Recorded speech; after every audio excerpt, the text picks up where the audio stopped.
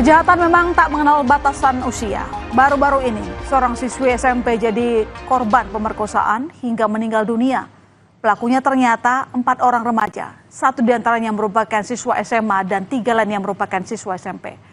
Miris, bukannya menyesal telah melakukan pemerkosaan kepada korban, keempat pelaku bahkan menceritakan perbuatan mereka ke temannya. Bagaimana bisa anak-anak remaja ini bisa begitu tega melakukan tindakan kekerasan, pemerkosaan hingga menyebabkan korban meninggal dunia? 1 September lalu, warga Sukajaya, Kecamatan Sukarami, Palembang digemparkan dengan penemuan jenazah pelajar SMP di tempat pemakaman umum Talang Kerikil, Palembang. Korban AA ditemukan meninggal dunia dalam kondisi yang mengenaskan. Korban adalah siswa SMP berusia 13 tahun yang sehari-harinya berjualan balon keliling untuk memenuhi kebutuhan sekolahnya. Dari keterangan Ibu AA, Minggu siang korban sempat pamit keluar rumah dengan menggunakan pakaian yang sama saat jasadnya ditemukan. Sejumlah kejanggalan ditemukan dari tewasnya korban. Terlebih lagi, ditemukan sejumlah luka di tubuh korban. Otopsi terhadap jenazah remaja putri tersebut pun dilakukan tim forensik di Rumah Sakit Bayangkara, Palembang. Hasilnya, selain memang ditemukan adanya tanda kekerasan di tubuh korban, korban diketahui meninggal akibat kekurangan oksigen. Tim forensik juga memeriksa terkait dugaan kekerasan seksual yang dialami korban. Jumpai dia itu kekurangan oksigen berat ya. Keluar buih yang dari hidung dan mulut sudah pecah. Ya, kemudian sianosis pada daerah wajahnya, bibirnya, tangannya, itu menandakan dia kekurangan oksigen. Itu pada pemeriksaan luar. Kalau pada pemeriksaan dalam, ya itu lagi lebih nampak lagi dia. Memang ada kekerasan tumpul di bagian leher. Pasca penemuan korban, polisi langsung menggelar olah tempat kejadian perkara TKP. Tak cuma sekali, olah TKP dilakukan sebanyak 2 kali. Setelah sebelumnya polisi memeriksa sejumlah titik di kawasan TPU, dalam olah TKP kedua, polisi kembali memeriksa titik lainnya untuk menemukan sejumlah bukti. Olah TKP kedua dilakukan setelah pihak kepolisian menangkap 4 remaja yang diduga terlibat dalam kasus pemerkosaan dan pembunuhan terhadap korban. 2 hari setelah penemuan jenazah AA, polisi akhirnya menangkap 4 pelaku yang ternyata masih di bawah umur. 1 orang IS berusia 16 tahun, MZ 13 tahun, NS dan AS sama-sama berusia 12 tahun. Miris, mereka ditetapkan jadi tersangka pembunuhan disertai pemerkosaan. Bikin geleng-geleng kepala, tersangka bahkan diketahui memang sudah berencana melakukan pemerkosaan terhadap korban. IS bahkan sempat berkumpul dengan 3 pelaku lainnya.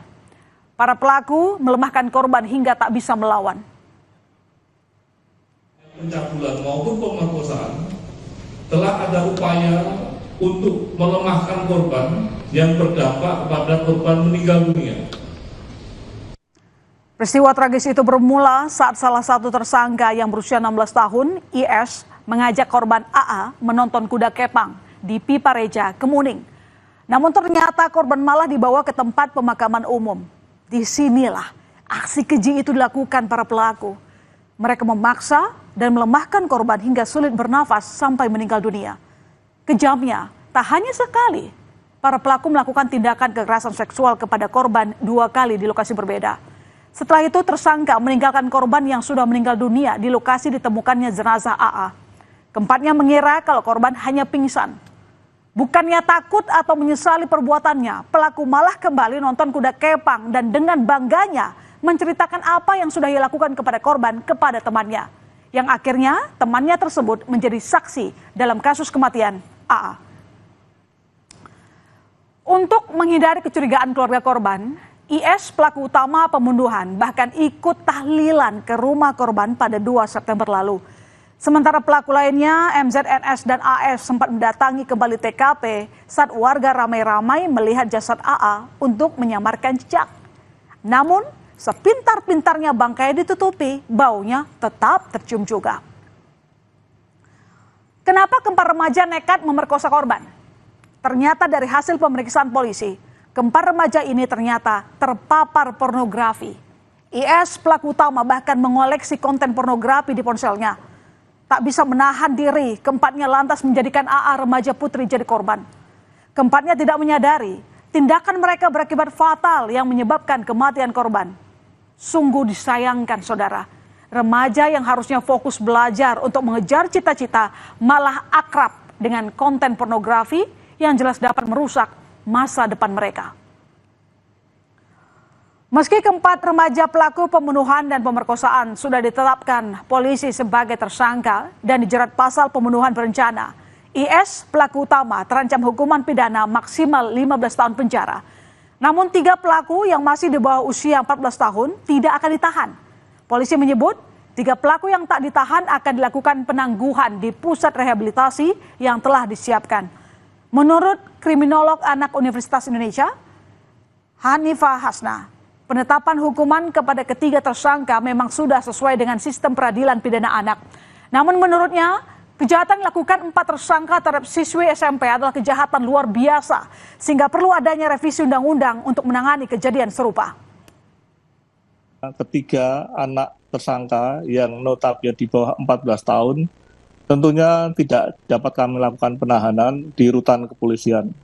Namun statusnya mendasari daripada kesepakatan bersama keluarga dan jaminan dari keluarga, kami telah melakukan koordinasi dengan LPKS, Lembaga Penyelenggara Kesejahteraan Sosial, di mana kami memiliki yaitu Balai Rehabilitasi milik Dinas Sosial. Kami menitipkan ketiga orang, yaitu saudara MZ, saudara NS, dan saudara AS yang notabene usianya di bawah 14 tahun. Kita mengacu pada sistem peradilan pidana anak ini sudah sangat tepat karena yang bisa diproses itu di atas 14 tahun. Sementara pelaku yang lain itu di usia 13 dan 12 tahun. Nah, padahal kalau kita melihat dari perilaku kejahatan yang dilakukan, ini adalah kejahatan yang luar biasa. Nggak mungkin masyarakat tidak marah dengan kondisi ini ya, dengan perilaku anak yang seperti ini. Sudah seharusnya kalau undang-undangnya itu direvisi. Ketika ada kasus-kasus luar biasa, harusnya ada undang-undang luar biasa juga yang mengatur ini semua. Ketika kita sudah punya undang-undang pelindungan yang sudah kita miliki, berarti kita harus siap-siap kecewa karena tidak sesuai dengan keinginan masyarakat dalam melakukan pemidanaan ini. Karena kita sudah punya itu semua. Jadi yang harus dilakukan pemerintah adalah melakukan revisi terhadap undang-undang yang sudah ada.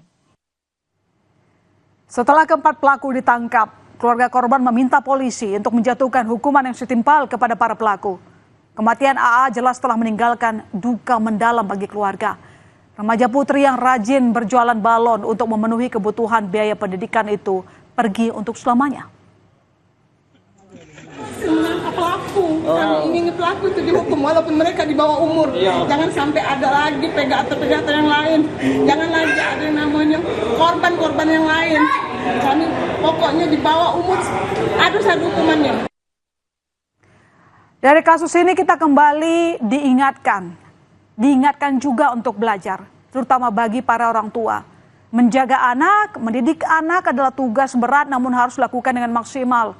Kriminolog anak Universitas Indonesia Hanifah Hasna juga menyinggung pola asuh di rumah, pendidikan di sekolah harus benar-benar mengajarkan anak untuk tumbuh bijaksana, supaya kejadian serupa tak lagi terulang.